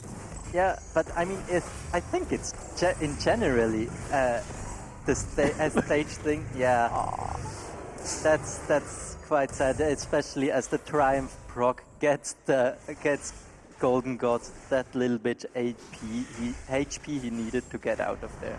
Yeah. But I think it's the stage in general that makes people nervous. And now Eliogal is getting engaged on once more, but he will just take a little bit of damage and get out. That was a good play from Luna, going from that top side after he recalled, and now he can roam bot lane together with Hidon. Yeah, there's still no flashes on the bottom lane, also no cleanse. So they're just free to pick up maybe another series of kills down here in the bottom lane. Yeah, and I Still feel wants like that Croc. Tito, can he survive that? There is already the engage from Teleport. Leona. Leona is getting out of there, and Hidon, he is going out, and Luna will die for this. That's a late teleport. That's a late response on that teleport, but they want the Taric. They get the Taric, and now they are looking for the Camille. Camille can flash out. The Jax is diving the turret. He is super duper low, and Tito is trying to trade back, but he is not able to get a kill back. And there's Kha'Zix. Yeah, he gets denied. The recall is denied. Kha'Zix will find no entry there, and that's a 1-for-1 trade if I'm correct. Yes, I believe you are. Eliogal getting a bit of breathing room here in the mid lane, gets to pick up some farm. He fell down. He fell behind quite a bit there, but Toby investing his TP as well as his flash for that bot lane action there, while the Jack still holds on to his flash, and the wave will be pushing against him.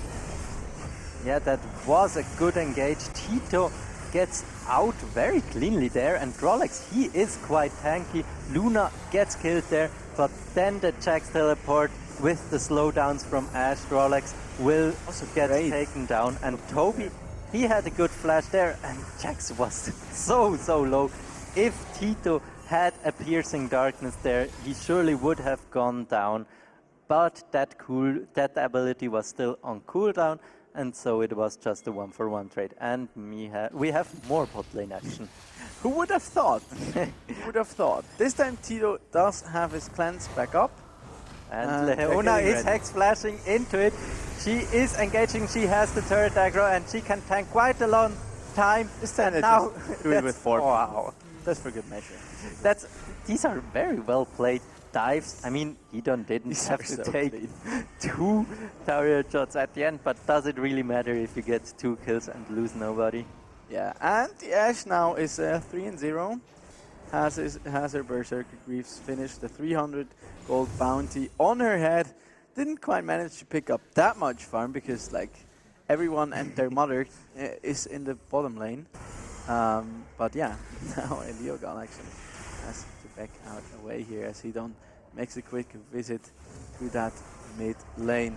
Actually like the approach here by Kazuko. He's now doing what Hidon did to him last Hidon game. is such a nice jungler. He is even freezing that, trying to freeze the wave for the Tristana, but it wasn't really a freeze. I think Golden God was still able to pick up nearly the whole wave.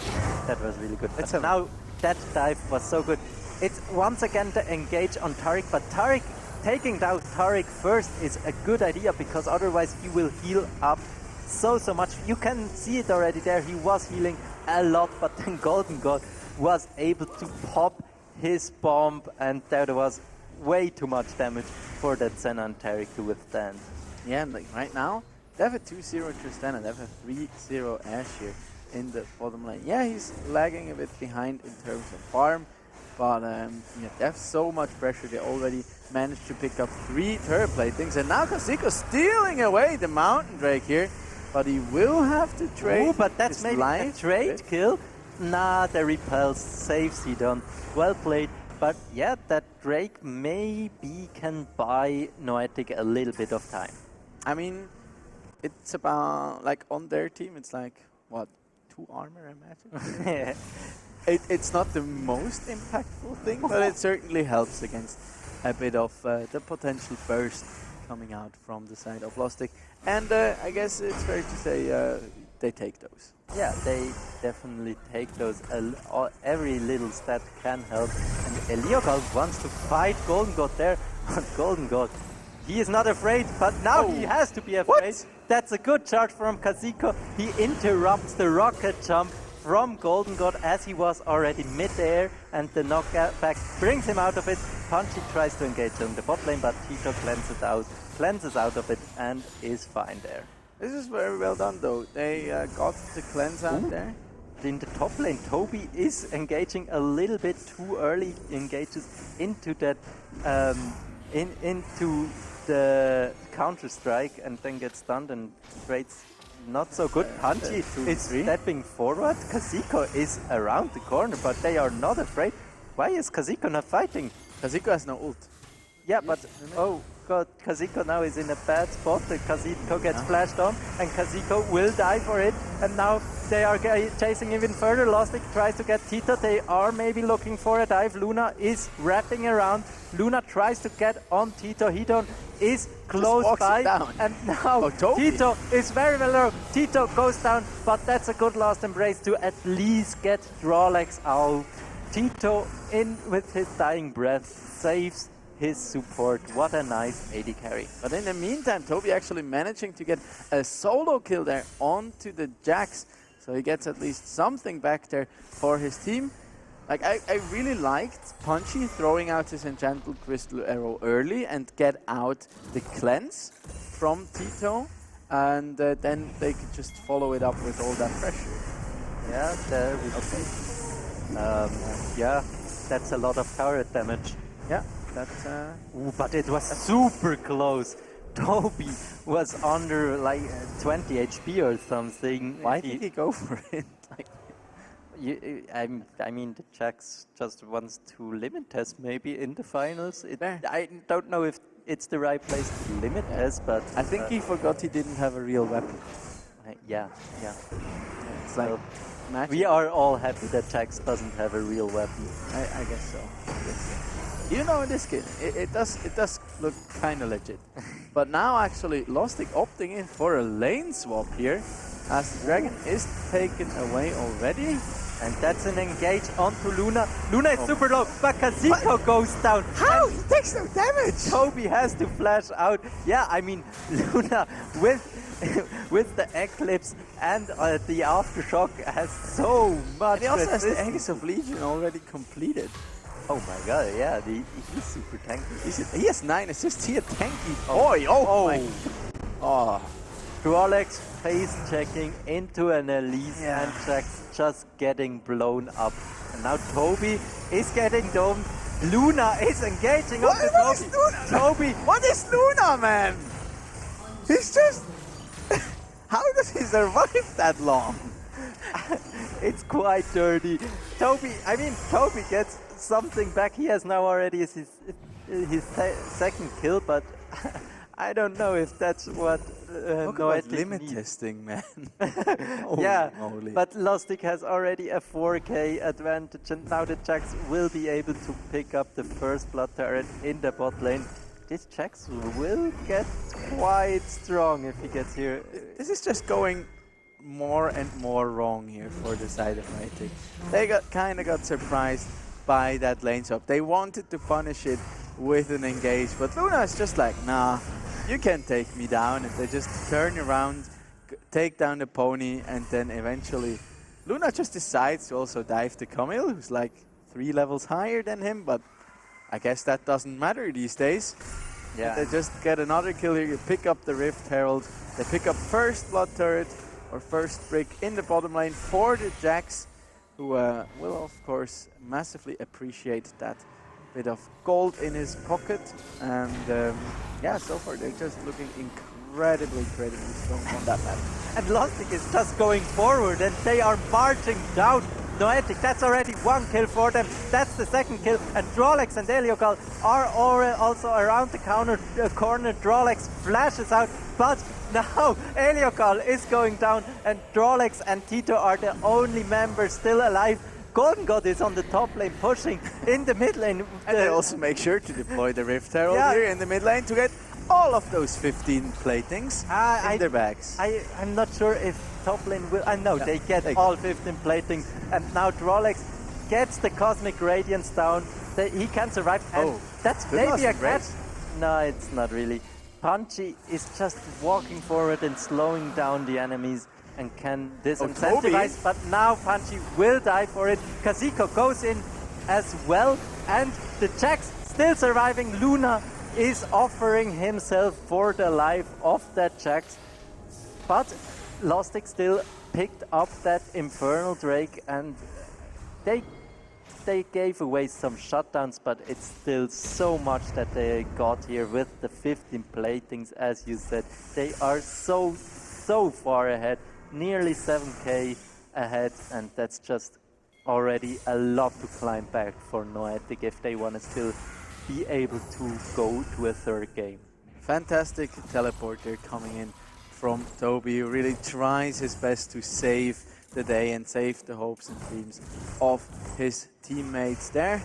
He's not an NA player, I guess, and comes in there to mop up some kills there for himself. Also gets a double buff there for himself, but that still doesn't really make the game change too much. It gives them a little more breathing room, but the 6.5k gold difference is still rather significant. And if we look at the inventories coming out from Lostik, we already have 10 stacks on Hidon's Magi's that he upgraded to Stormrazor on Golden God. The Ash nearly or rapidly approaching that 2-item spike as well. There's the Seek's Convergence on Luna that will not only make him tankier but also offer some damage as well as even more utility on that Leona as if he needed it. And they're just in a very strong spot right now. But Toby got some very important shutdowns and has managed to finalize his Trinity Blade. So maybe on his back they can try and look for something in this game. But there are so many carries on Lostik.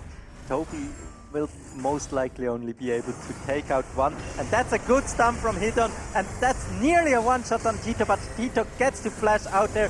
Now Hidon is in a really bad spot, and the onslaught of Shadow with the Fear gets him. Now Luna is in the baby cage. Luna gets stunned up once more by Drolex, and Toby is following another time. Luna is surviving so damn long. The Cosmic Radiance saves everybody, but Luna is just such a big tank. He was able to tank 4 people for such a long time. And Golden God, he is just splitting the whole time. He is taking turrets left and right. And yeah, he wasn't really in a fight for a long time, but now he's already super duper strong. Like, I've seen Luna quite a few times Wait. play now. That guy just defies limits. He's just, like, especially on his Leona, it's like you think, okay, yeah, he's dead, he's stunzo, and then it's like 4 people hitting him, and he still refuses to go down. That beautiful heal as well as cleanse that.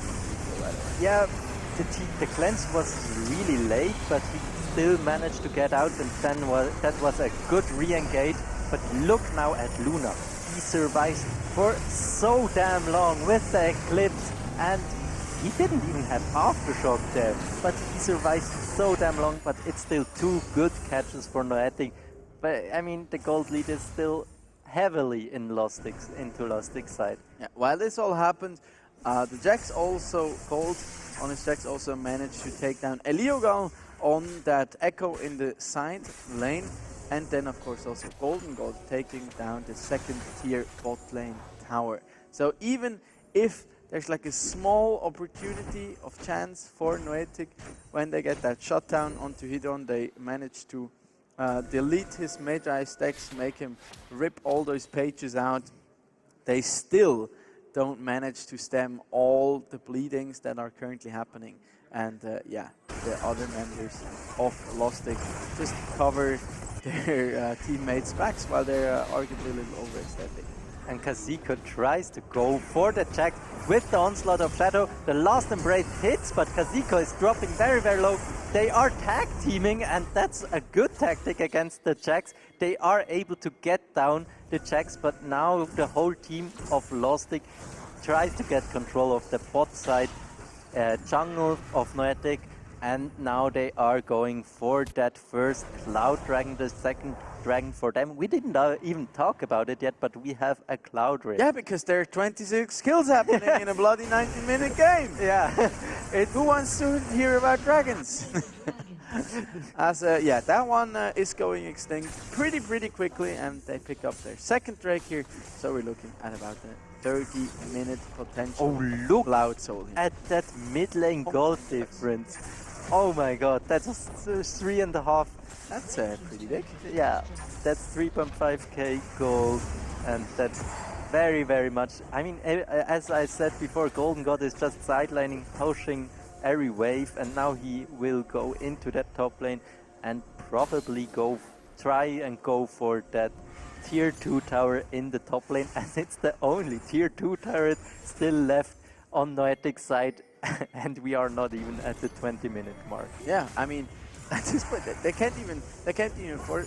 Now they finally can, but like before that, they couldn't. Oh, nice enchant Crystal Arrow, but it only hits onto Drawlegs, and Lostik doesn't really want to get onto him, but Kaziko in the jungle was nearly getting caught out, and yeah, as I said before, Golden God pushing.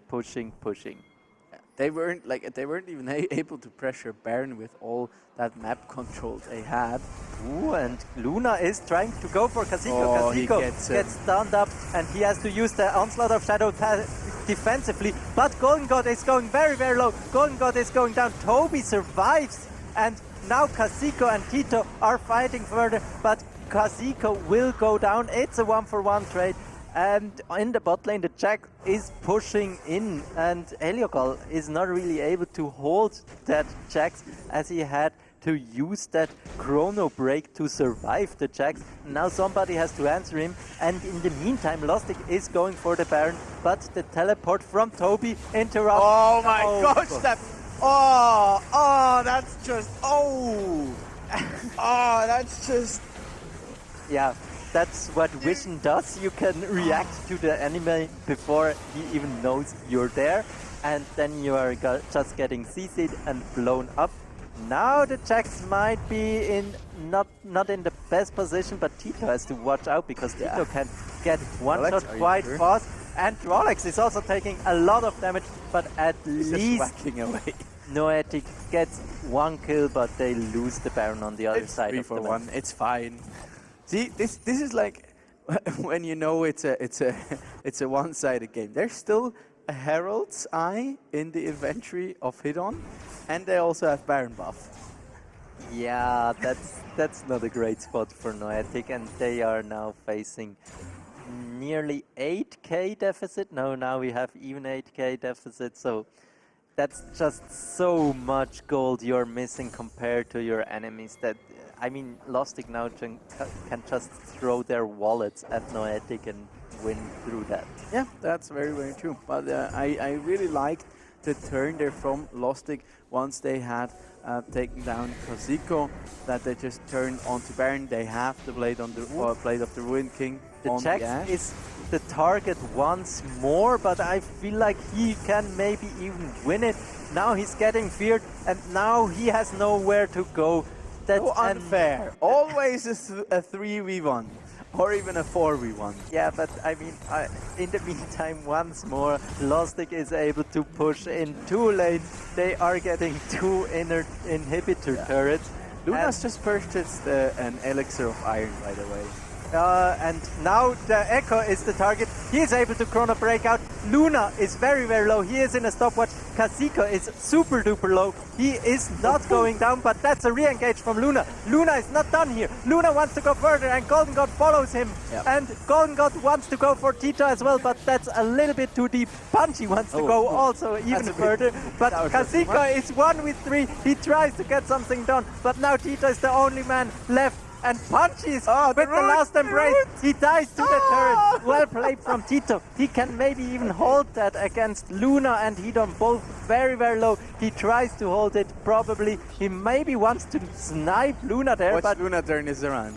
yeah, I could see that Luna had turned around many, many fights here already. But yeah, it's a hold for Noetic, but is it really a chance for Noetic? Yeah, I'd say no, clearly no, but it gives us some more fights to enjoy here. Yeah. Look at that, Punchy just completely untouched. Luna absorbing basically all the damage there is, and then they start really feeling themselves. But Golden God going for it. Tito with a nice cleanse and a flash once again to get out of harm's way there, but Golden God gets taken down by like the 4th consecutive turret shot. And then Luna just says, no, I'm not going to go down there. Beautiful route of the Punchy. And that's really at will the edge die. from the turret range. Happens.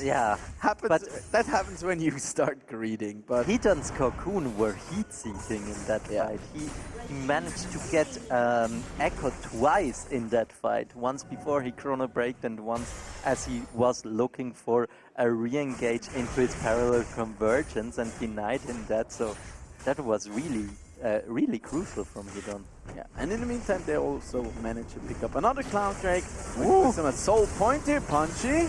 That's very great from Golden God. He is able to disengage, and now Luna, he is just CCing everyone up, and nobody can do any damage if Luna is there, because he will just establish CC that you to death. 3v1s And are mean. in the meantime, Jax is just going for the end. The last embrace hits, but the stun still connects, and now Just quickly 1v1 Yeah. Senna as well, because why not? She has no wave clear. There's nothing she can do against the force that is Lostik here. Lostik, they don't really want to end it quickly, but they have won the Swisscom Hero League. They get the 2-0 finals, and they are this season's champions. Yeah, didn't mean to be anticlimactic there. What a fantastic game, but in the end, it was just like, you imagine like a big snowball, but it's made out of money. And it just kept on picking up speed and speed and speed. And like on the lower end of the hill, there was Noetic standing, and they just got like pushed over by a big pile of money. And in the end, they couldn't really stand against it. Yeah, it was more not just a snowball, more like an avalanche of money. Yeah, yeah, you could. I think it's fair to also put it like that. But well, like once again, Lostik, they've just played to their draft super well. Yeah, they we really said it at the beginning. It's gonna be bot lane action, and it was a lot of bot lane action. Yeah, I think the Ashe was like 7-0 at some point, but he was behind like 15 farm just because there just was nothing to farm. He farmed tower platings instead. And yeah, just fantastic performance here. Hedon really showing up big time on that Elise. Also Luna, who I still don't know how that man survives such long and unfavorable situations over and over and over again.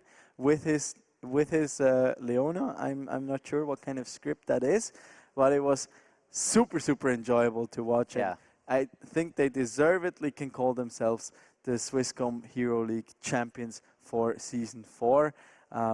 And I think Reto is waiting with our winners on the main stage. So this is a goodbye from our side for season 4, but we'll be back rather soon with season 5.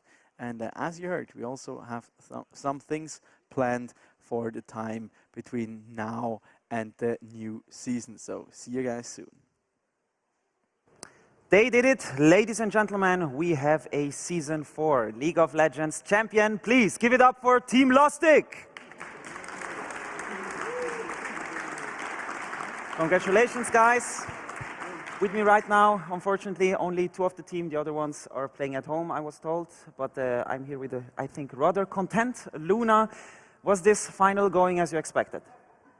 I mean, yes, it was. Okay, you don't want to be cocky, I sense that. Anything that you looked upon and said, oh, that surprised me about Noetic today? Hard one? I know. I think the draft was really good. Honestly, Yeah. we were caught a bit off guard. Yeah. We maybe didn't prepare it that well, but I think since we were just the better players today, just didn't matter at the end. Yeah, I think the difference was in skill, not in draft or anything, but that's what the casters and the analysts also said. Kind of hard for Noetic, but maybe anyone on your team you would like to give a shout out today? Anyone that played particularly well on your team? I mean, I think I give a shout out to Lundorf. Yeah. He kind of won V9 the first game, and he was trying to win trade it in the second one, but I hope he didn't make it too obvious, so it was fine in the end.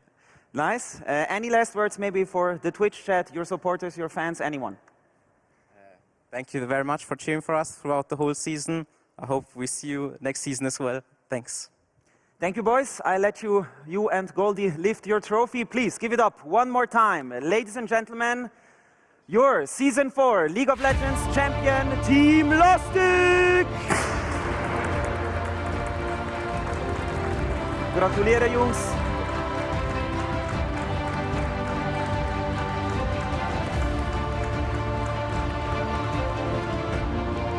Nice. Enjoy the prize money. I hope to see you guys next season. Thank you very much. What a clear-cut end to a rather unusual event. Oh, wrong camera. There we go. And therefore, I want to thank you guys for tuning in. I want to thank the crowd for cheering. And of course, I want to thank Swisscom, the HeroFest, my homeboys from eStudios and Creerline, and of course, Mind Sanity and Bern Expo.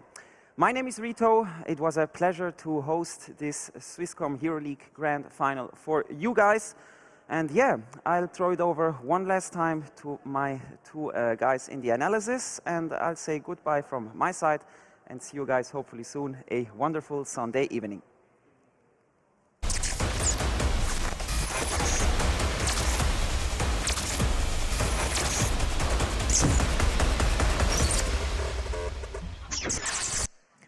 All right, let's take a small moment for analysis, joining by Don Rigoni and Chef Ver. I want to first talk about the draft, of course, because I think the draft was very, very important here. We had something very interesting with that Leona, Elise, and Tristana, of course. One thing that was very, very important, and we can see this in the next upcoming highlights. There it is. We have a very, very decent tower dive potential. Yeah, we really. And it was amazing because I think Noetic should have known it. And if you look at the vision, they didn't took it obviously, and it's just happening. Luna can just go in, dive, and they can change aggro so well because of the reset of Hidden, which is quite happening a lot. And there it goes, the first kill. And we have another 2 or 3 fights that happen just exactly the same. Yeah, and we see there even Punchy taking some turret shots to enable that second turret dive. It was really well played. I mean, Luna traded his life there, but they managed to deny all the minion experience from Noetic, and then the bot lane was already quite far behind, and yeah, they snowballed it even further. They just kept doing it. Yeah. And that was amazing. And if you look at the optimization, you very rapidly were going on an 11-minute Bork on Ashe, on Jax, and a Stormraiser on Switzer Star so fast. I mean, they were just unkillable late. And that's just them. Then you have Luna. Just another chapter of this game. It was just unbearable to watch that. He could tank so much. And the thing is, you don't really know how or where or who to focus, because all of them are kiting you. All of them have life steal, and they just have utility items that can slow you down, and you're just stuck where you are. And that just allowed them to snowball so fast, so rapidly, and so efficiently. Yeah, one thing that kind of flew a bit under the radar here, as I felt, because due to all the participation that Luna had, he got a ton of assist money actually, and that allowed him to get to that Aegis of Legion and the Zeke's convergence at some very, very quick timings.